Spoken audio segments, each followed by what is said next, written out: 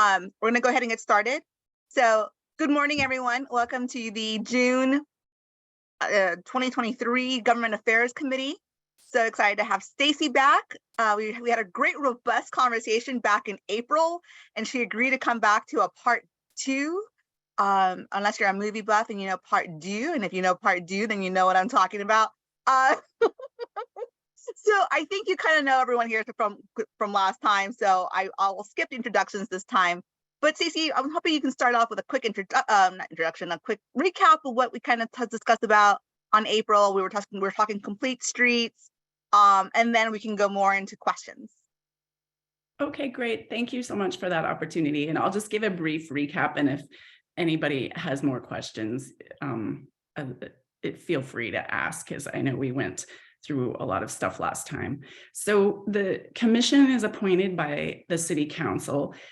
We have 7 members who are appointed for 4-year terms, and members can serve up to 2 terms, or additionally, they can serve uncompleted terms of any commissioner who's resigned or left for personal reasons.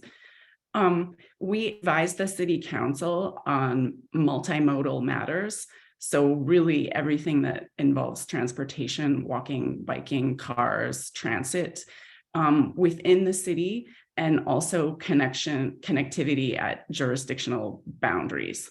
So at city borders, or in other cases like El Camino Real, that's a Caltrans owned and controlled system, part of the state highway system. Foothill Expressway is owned and controlled by Santa Clara County, the Roads and Airport Department. Another recent example that was around was Hetch Hetchy, the trail over there. It's controlled by the San Francisco Public Utilities Commission. So there's been opportunities to also look at connectivity at jurisdictional borders. The commission largely focuses on transportation planning, in that includes our Complete Streets Master Plan. We have done a lot of work in the past on developmental projects, reviewing them from a transportation perspective. A lot of that work now with the state housing changes is moving into the Planning Commission, although we're still working on creating objective standards for transportation. Bicycle parking is one that was recently completed, but we're working on several more now.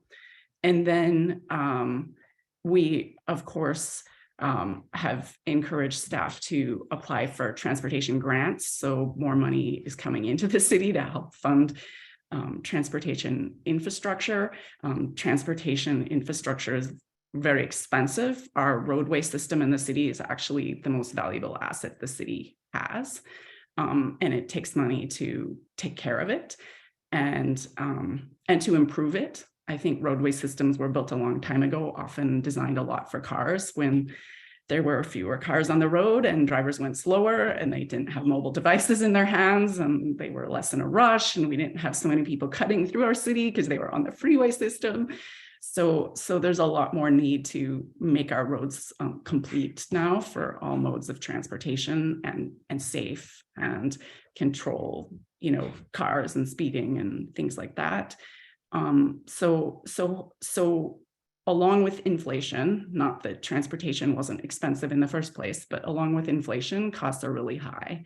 So getting grants is important to our city, and the transportation staff was able to secure a big grant for San Antonio from Foothill to El Camino Real. So that'll be a big upcoming project for us. And some of the other upcoming projects are, the county was just in to talk about their active transportation plan, and the VTA Board of Directors just voted this month to approve funding for Measure B bike ped study for Santa Clara County to study Foothill. Actually, Foothill and Juniper Serra, from 280 all the way up through the top of Juniper Serra, will be studied for bicycle and pedestrian improvements. And First Streetscape is one that I think the city's a little, and we've said this, the commission has for a long time, behind the 8 ball on getting that done, but First Streetscape is one of the things on our horizon as well. And with that, I'm going to pause and see if you have questions. And actually, my son's knocking at the door. I'm just going to quickly open the door.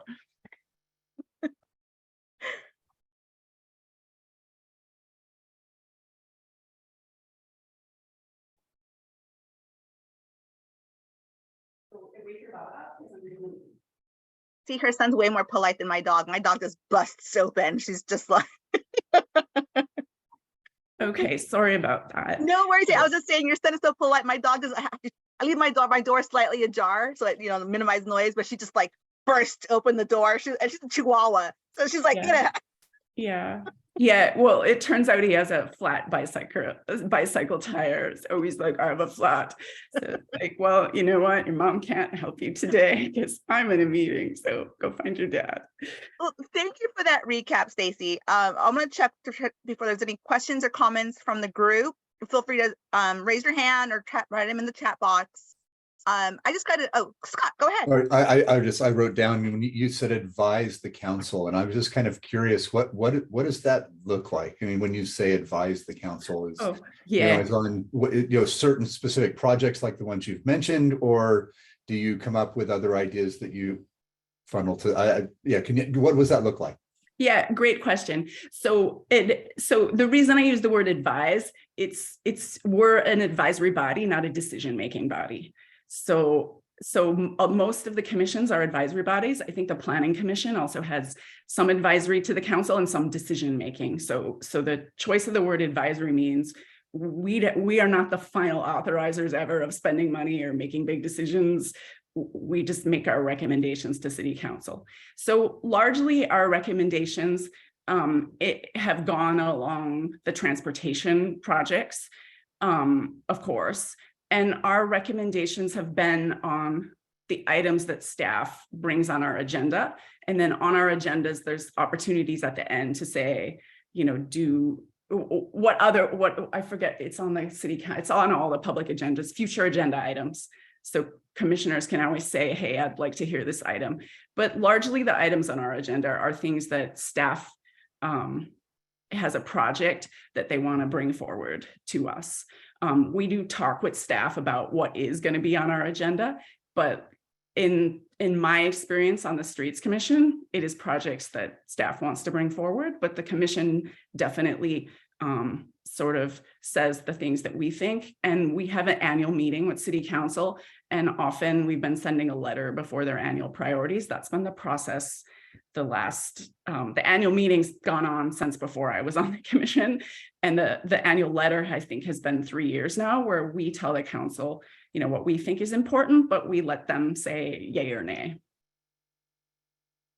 And I just gotta say, I always admire like advisory bodies because there's a lot that goes into these meetings. And when talking about streets and making them safe, like I know whenever I back out of a parking space, I freak out because I'm like, is there someone going to be walking behind me? And I have a camera, but when I drive my mom's car, there's no camera. So I'm always like, is there someone behind me? Is there a bike going to pop out of anywhere? So the thought process behind all these decisions is something that I do respect, and it just makes me nervous as a driver because I don't want anything to ever happen on my watch. But it's can you talk a little more like when you have these discussions, like do you look at the diagrams, like what kind of goes into these discussions?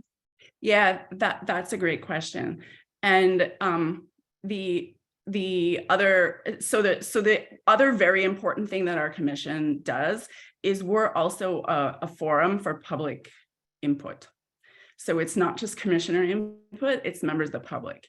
So members of the public also get to come to our meetings, of course, and we like when they come, and they get to participate in public comments. Sometimes we have community input meetings on the city hosts community input meetings on transportation related topics before our meetings or in intervals between our meetings to collect public input as well too. But I think so that's the start. That's one component, but I wanted to elaborate on that component a little more. But we take public input at the meeting, and then the commissioners spend a lot of time, thinking about streets and thinking about other things. But elements that go in are absolutely what you said, Diana, is experience. Experience is doing in town. Experience is doing that. Some of us we've had a league certified instructor on the commission. League certified instructor is a American League of Bicyclists. They're a certified instructor. So they have a set of training skills, with respect to that. so we have those kind of experiences.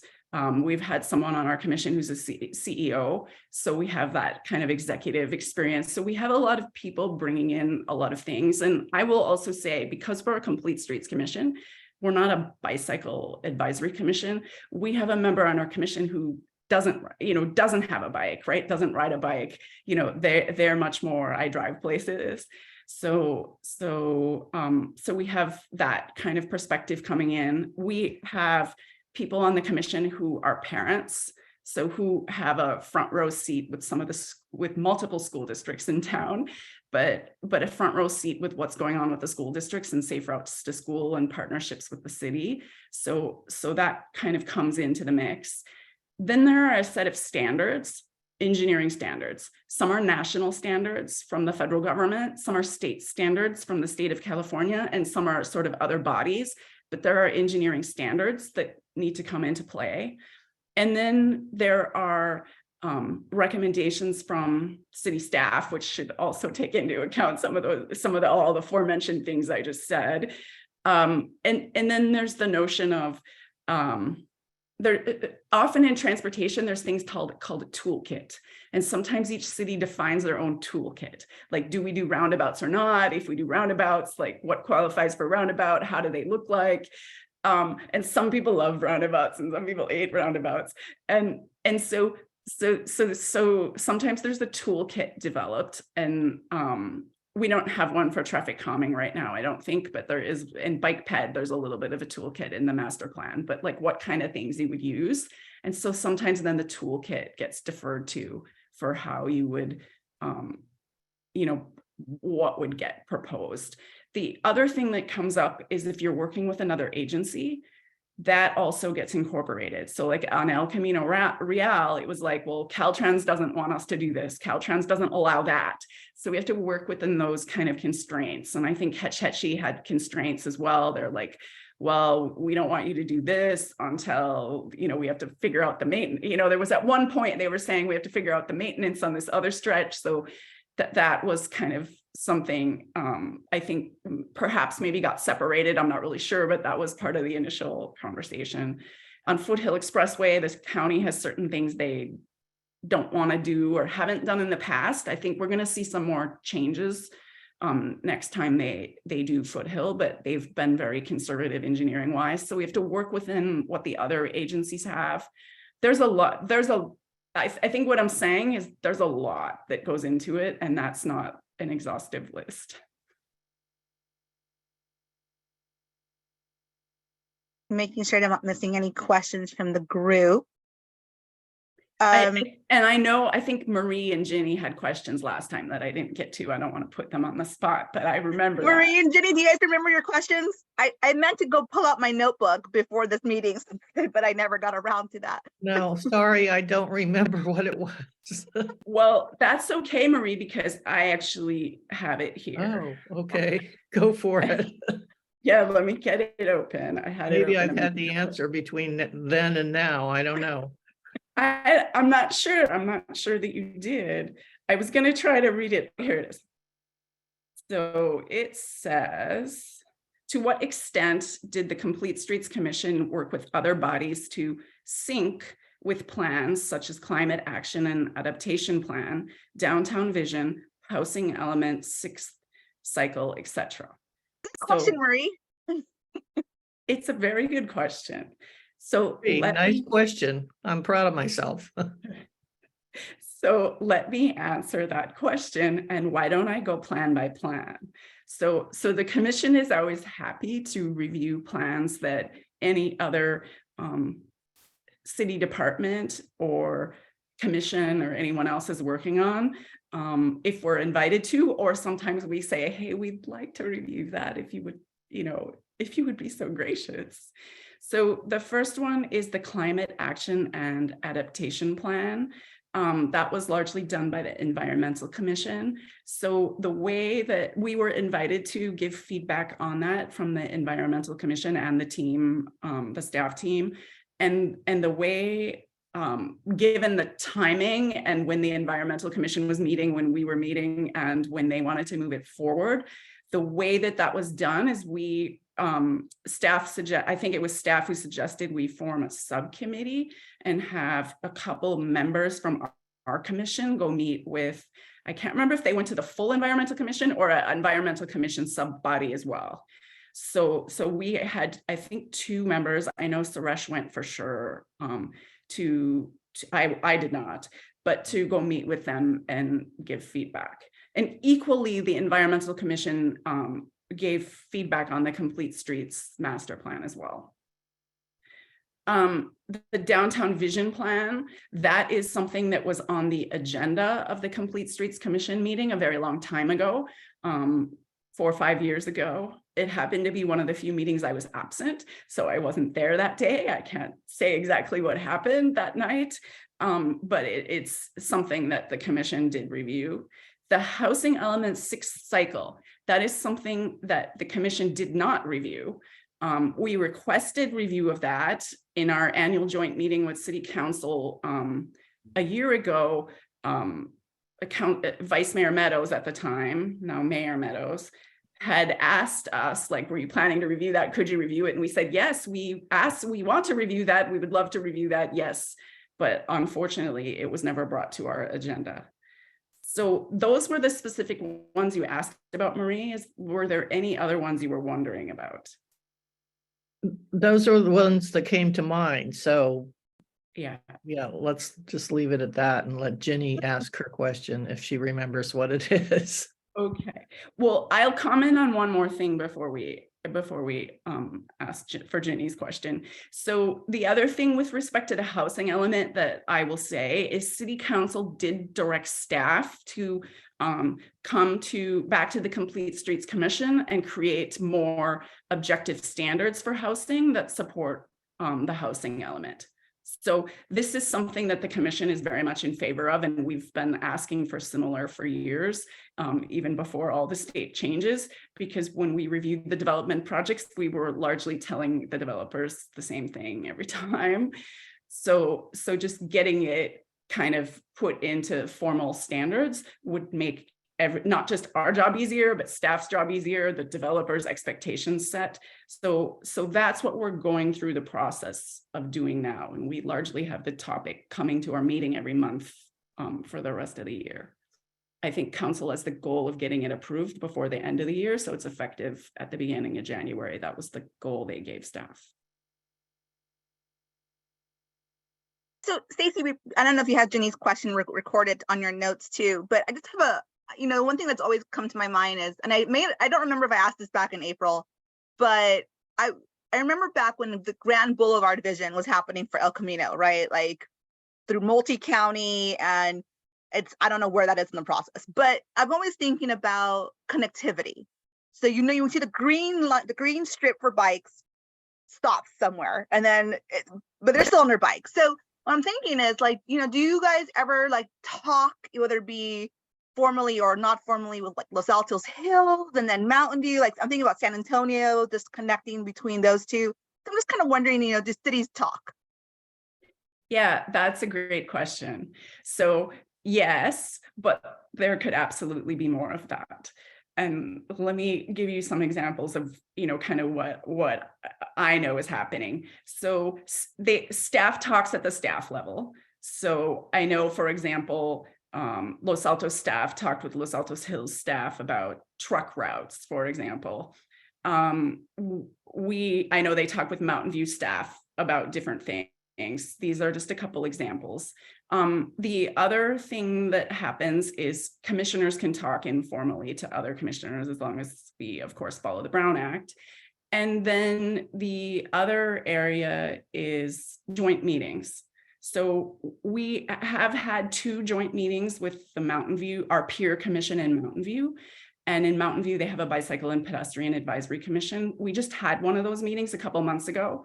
And then the previous one was before COVID at some point. So the most recent meeting, we talked about the Safe Routes to School program. Mountain View is working on it. They've recently started building out a Safe Routes to School program, and they want to make it, their goal is to become like Palo Alto. So Palo Alto is really the gold standard in not just the county, but really in the region. And the proposal should we work with Mountain View to kind of do that together? And the commission was definitely receptive of that because of the large school district overlapping with LASD and the high school district as well. It's a little bit different in the southern part of the city where I live, but there was so much synergy there. And I had even suggested at the meeting, maybe you should talk to Los Altos Hills too, because then you'd get those entire school districts. So those are some examples. I will tell you that when you brought up the green bike lanes starting and ending. And so when Caltrans repaves El Camino Real, Mountain View, so they're doing it from the Menlo Park border down to just below 85, kind of I think it's the Mountain View Sunnyvale border. So Mountain View City Council and Los Altos City Council voted to remove parking on El Camino Real based upon recommendations of the commissions. And Scott, that's kind of the advisory process. That's a good example of the advisory process where the commissions recommend something. There was a parking study done by a vendor. There was community meetings done to get public input. And then there was input from the commission. And then a recommendation went to City Council, which they voted on. And Mountain View and Los Altos City Council voted to remove parking on El Camino and allow Caltrans to put bike lanes in. So that's coming forward. On certain stretches of El Camino, Mountain View is doing extra work where they got some money from a grant and they're going to put some vertical elements in. Caltrans has putting in the stuff in Los Altos. We're not going to be paying for that, but staff has been working with them on planning it out.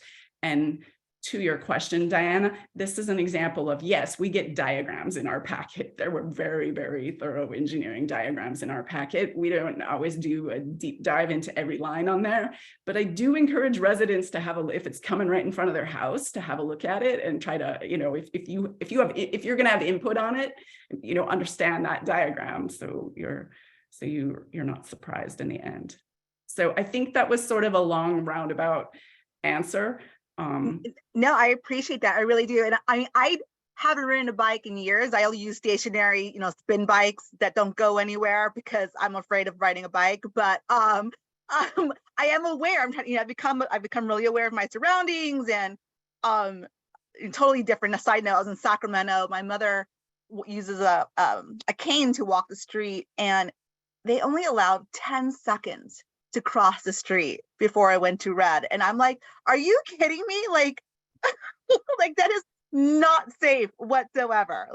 Yeah. So when we're walking and cars are stopping and I'm like, oh my God, we're going to die in the street. And I was just like, I can't imagine that being anywhere in the Bay Area that I frequent. So yeah. So it is, it's unfortunate. You're not alone. There's a lot of people in the city that feel unsafe when they're biking or walking, and some people don't bike because of it. I don't want to bike at night because of it. And some people pick on me, but I'm like, it's not safe. It's not safe. So I think there's a lot. I think this just illustrates how much work there is to do yet to make it safe, because we want people to feel safe when they walk and bike around. There's a lot of long-term benefits from congestion reduction, taking cars off the road so we're not all so jammed up. For the person who does need to drive, a couple cities away to go to the doctor, so they can get there more easily without all of us being on the road. And for health benefits, I know you said you used a stationary bike, but for some people it could be their form of exercise. It's a really good thing. And for the environment, it reduces a lot of greenhouse gas if we can walk and bike. And finally, there's just a lot of community benefits for anyone who's a parent. And if your kids walk and bike to school and you go with them when they're really little, you understand how you meet people, you interact, you talk to people. So there's so much value in it. So I think, I hope to be, a long-term commitment, not just by the city, but by the county, by the state, into, supporting safe transportation. Thank you. Questions or comments from the group? So, Stacy, could I ask, what is, when you look at complete streets in California, in the country or internationally, what is your like ultimate like complete streets city? What example do you like? Yeah, that's a great question, and I don't have one answer for you. And different people, different go-tos. I spend quite a bit of time in Minneapolis. Minneapolis has done a really good job for bicyclists. They're one of the leaders in the US. So I think about them. I know there's another commissioner who has I can't remember if it's one of the West Coast states. I don't know if it's Seattle or I forget which one, that also comes up as an example. At the VTA, they often go to Copenhagen and, you know, take a look of what's going on there, but applying it here is a little different. Yeah, I think when I was little and the first time I went to Vegas, you know how Vegas has those pedestrian bridges, like, and I'm like, that's genius. Like, Yeah. But it's just, I was like, 12 years old or something. I'm like, that's great. Yeah, it is. We have a lot of balance in terms of cost versus what we can put in. And then in our city, you know, as you know, we don't have a lot of sidewalks as well. So making it safe for pedestrians there's a lot of challenges. Yeah, a lot of challenges.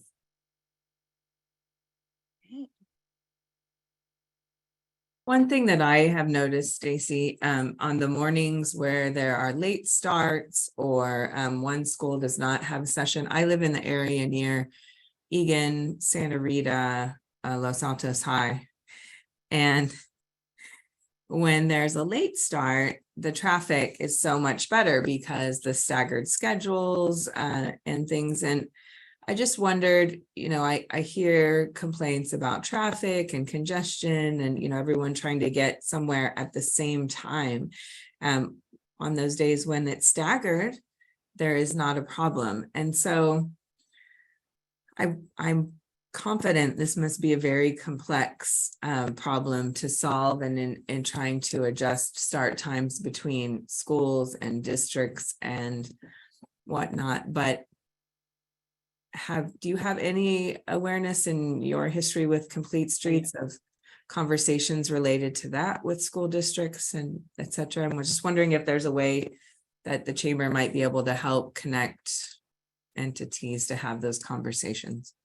Yeah, so this is actually one of the solutions to the problems, and the solution would actually work. The school districts have to be convinced to work together to help solve that solution. And I don't think that's somewhere where we've, the point to which the commission has got us. And I think for council, I think it really, the sense that I've sometimes got over the years, so this isn't, you know, current council or one specific council specific, I do see we have one former council member on here now, but sometimes, so not to speak for one council member, but Mary, you're welcome to chime in. Sometimes councils have been hesitant when it's somebody else's jurisdiction's responsibility, like the school owns the start times, is to start saying, hey, you need to do that, because the vice versa might not be so fun either. So I think that's kind of, you know, there hasn't really been, as far as I know, a you know, strong conversation on that. I do know it comes up. It came up as we've been working with Los Altos High School, and the administration there and the vice principal, you know, have been great partners, no doubt about it. But that's definitely one thing that the commission suggested in our commission meetings, like, hey, what about start times and staggering them, and not just across the schools, but even within your own school. having different start times. So I think that's a hard challenge for the schools. And just to give you a little perspective from the school side, they have, for high schools now, they can't start before 8:30. So that's a new state law that went into effect. And then for high schools, a lot of kids have after school activities, sports, some kids have to work. So if they start too late, if they start staggering that, then they push later. And then if they don't have if they have kids on 2 different bell cycles, then it kind of, you know, if you do it for first period, then how do you do it for second period? Are the bells ringing through the middle of the day? Then can you do groups of kids can't overlap? It gets complicated for schedule planning. And for the teachers unions have opinions on what hours they want to work. And so it's a complicated thing, but the commission was, if somebody started bringing this together, I think you would find support on the commission for that. And what I'll finally say is, I know it's a problem throughout the city, because I know if I'd, you know, pre-COVID, if I tried to get out of here where I live, which is down by Foothill and Grant, like forget about trying to get on 85.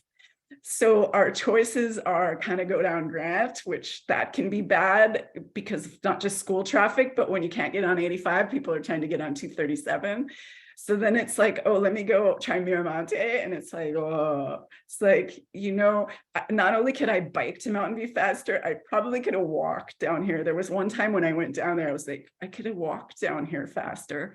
So there's definitely challenge, and that's for those school districts. But for my end of town, when you're going to Cupertino Middle School and Homestead High School, there's largely one way to get there, and that's Homestead Road.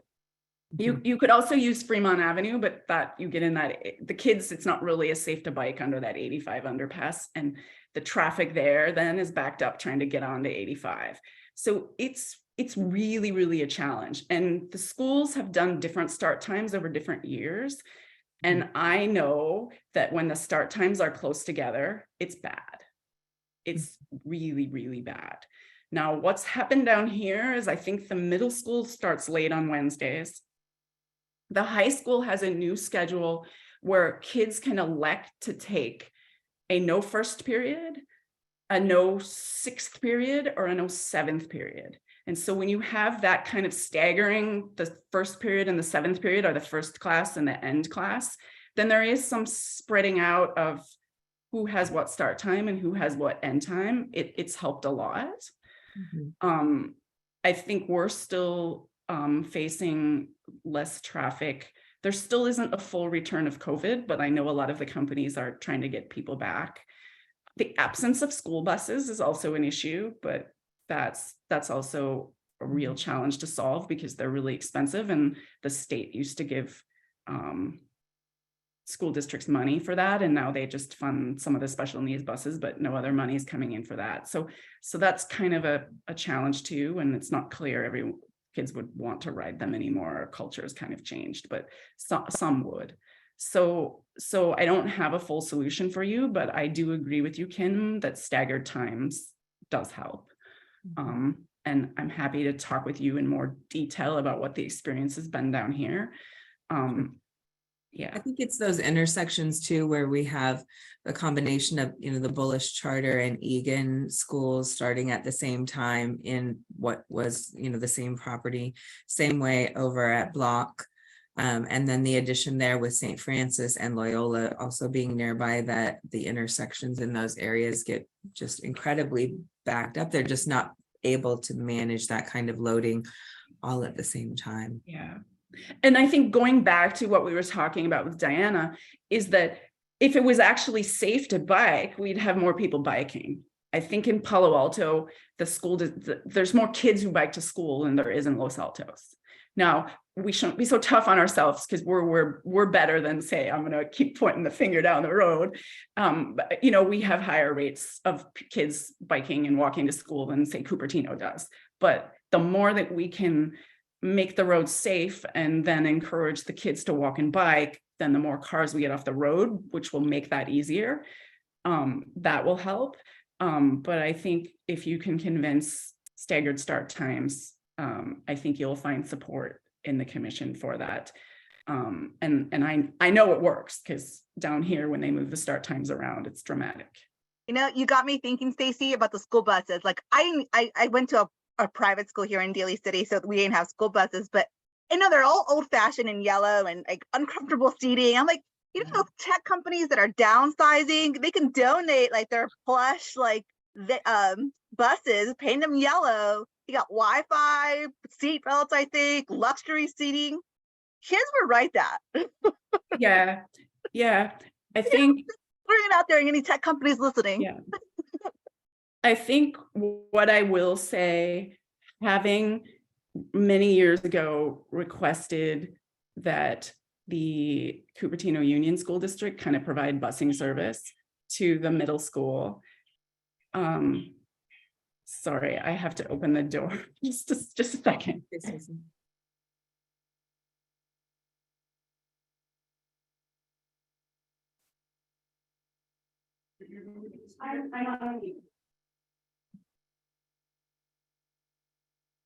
Sorry about that. The bathroom is being remodeled and I have the back all open, but you know. No problem. Yeah. So in terms of the school buses, I think before I was on the commission, I did work on a request for the school district to do buses to take kids from Southern Los Altos to Cupertino Middle School. They did have a bus from an area of Sunnyvale taking kids to Cupertino Middle School. And I did look into that. So what I would say, and you know, I had conversations with multiple school board members and the chief business officer from the school board. So what came up in that conversation is school bus driving is kind of a split shift. It's a little bit in the morning and a little bit in the afternoon.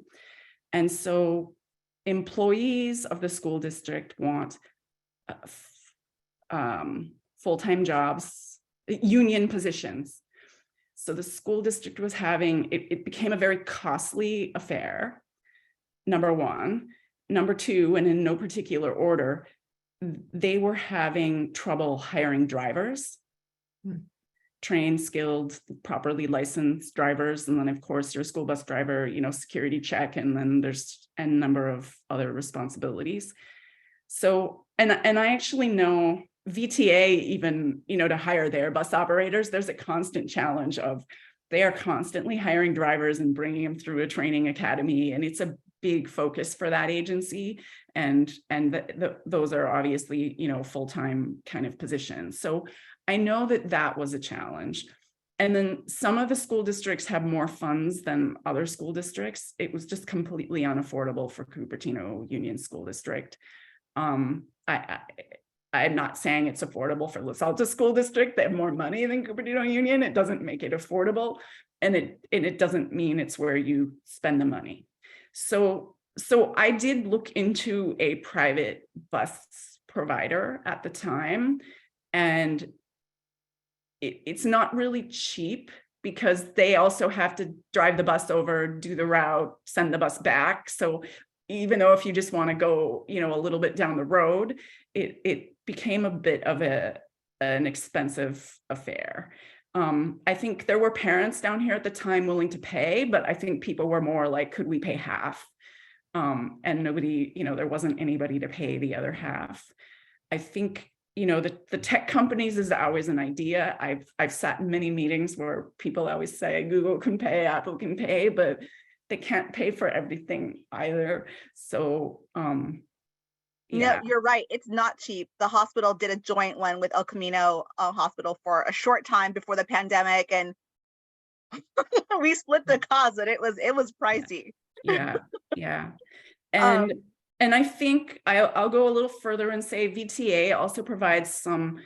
They used to have a special name. I think they tried to get rid of that name, but they were kind of called school trippers. So I know there's some that run in Palo Alto. And I think there's an extra route one that might come over from Sunnyvale into Homestead or Fremont High School. But to get a net new one, they have not wanted to do that. There are some buses that run on the regular route. So I think I don't know what the situation is for Los Altos High School, but in the surveys, they show a few kids ride the bus. So there is a bus that runs on San Antonio, that comes in from Mountain View on San Antonio. there's a bus that runs from Mountain View through Mountain View and actually stops at Mountain View High, lets off a bunch of kids, then drives through southern Los Altos and heads over to De Anza. That bus can pick up kids and take them to Cupertino Middle or Homestead High. But the challenge also with VTA is getting to align with the bell schedules of the school. And then when they're on the regular bus, not the school tripper, VTA kind of does their schedules at the beginning of the year, but the school's calendar year, but the schools start in August.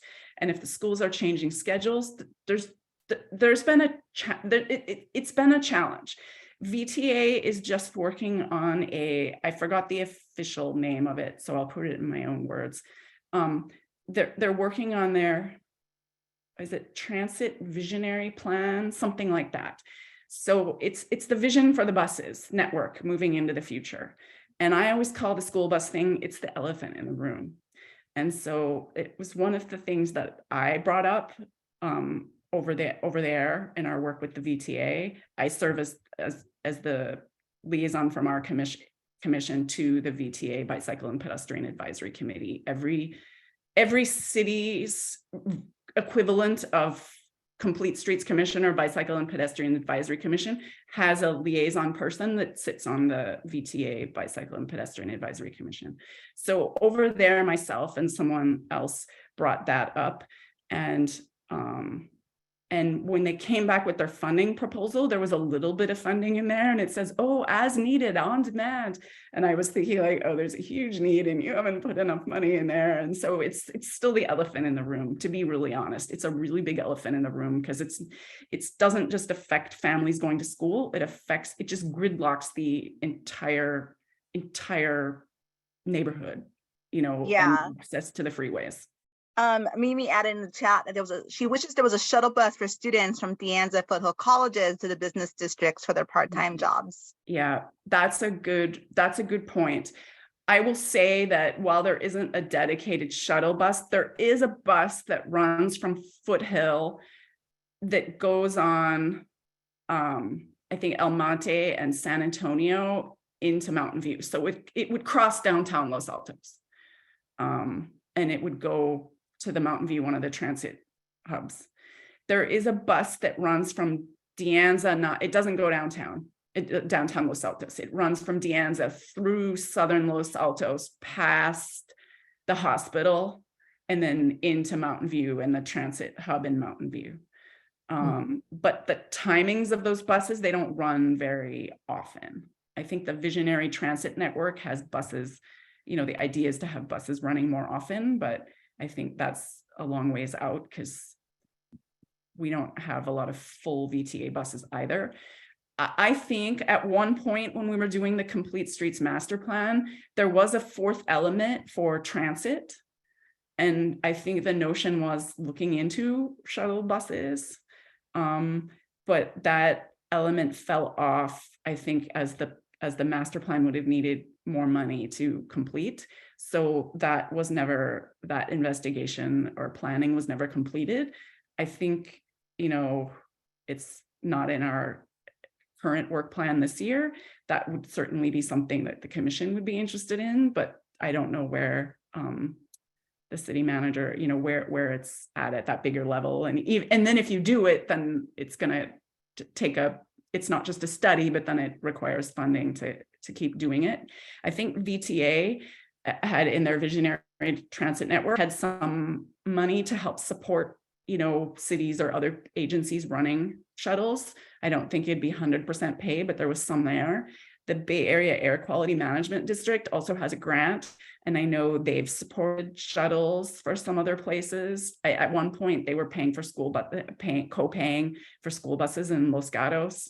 So sometimes there's money around if, once there's a solid proposal, but money also change, sometimes it changes to what qualifies. It would Thank be, you. Oh, go on, Kim.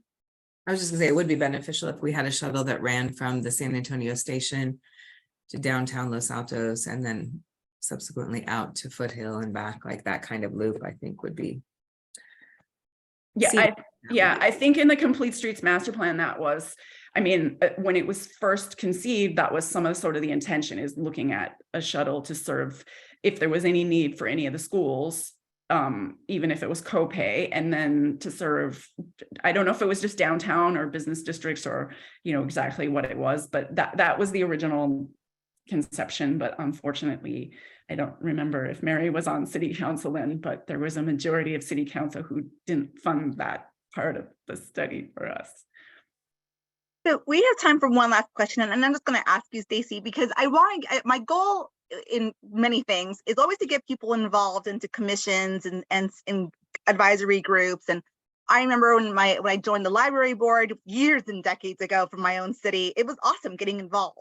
So when people look at your commission or others, do people, I think what kind of gets people worried, they need to know everything about street planning or transportation.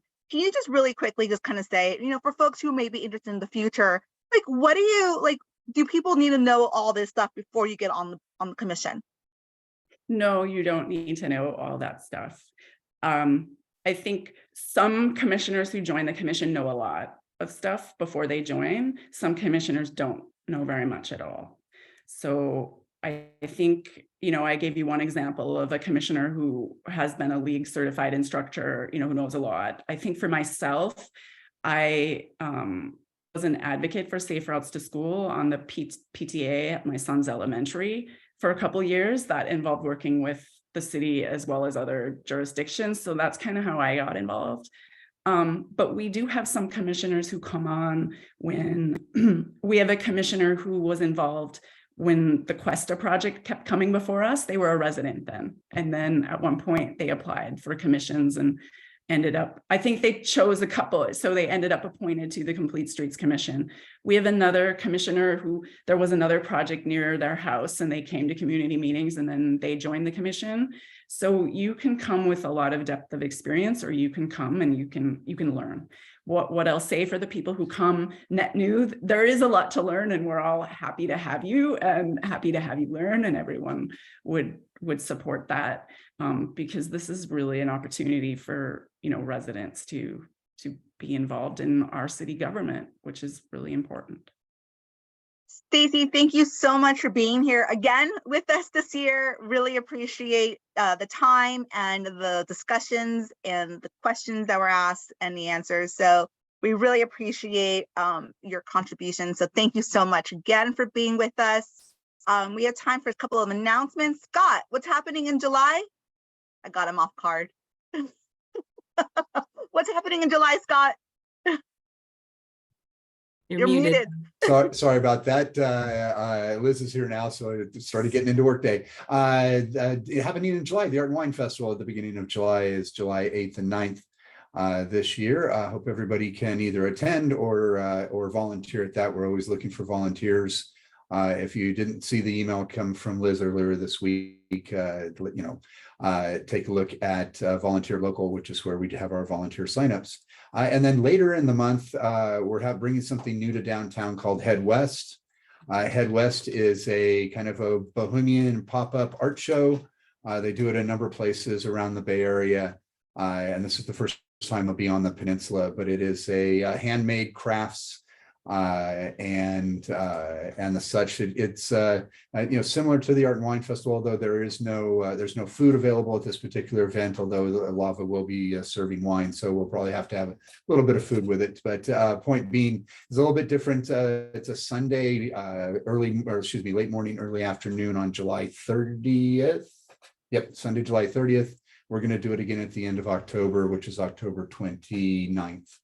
But something new to bring to downtown, and it's going to be in the footprint of the farmers market. So if you've been to the farmers market on State Street, that stretch between 2nd and the parking plaza, as well as the cross street, is where this event will be. And we're also opening it up to our downtown businesses to if they have products, art that they'd like to bring out and put out for the day, we'll work to get them a booth. So should be an interesting new event that brings a little bit something to the I'm not going to say the doldrums of summer, but kind of pep up the summer. That's also going to be the kickoff of the annual sidewalk sale. So long ad for Lava in July, but hope everybody comes down and visits. Of course, the farmers markets every Thursday night through the end of October. Lots of shopping to be done on Los Altos. Absolutely. Quick FYI, we are not having a meeting next month in July, but we'll be back in August. Kim, any announcements from the chamber? Golf tournament is open for registration. So that is August 21st. That's a Monday. If you're interested in golfing, participating, etc., we expect that to be sold out. It was full house last year and expect the same this year. If you're not a golfer, but would like to join us for dinner at the club, we have a really lovely evening there on the patio with some silent auction items and a really nice time under the twinkling lights of the patio. So you can join us there as well. And all of that information is online. Thank you. Stacy, any announcements from the commission? When's your next commission meeting? Our next commission meeting is we meet the last Wednesday of the month, and we have a meeting planned for the end of June on Wednesday, 6 p.m. You can join on Zoom, or you can come in person to the council chambers is usually where we meet. Awesome. Thank you. Any other announcements from the group? Thank you all so much for giving your time, and enjoy your summer. See you all in August. Perfect. Bye. Thank you. Have a great day.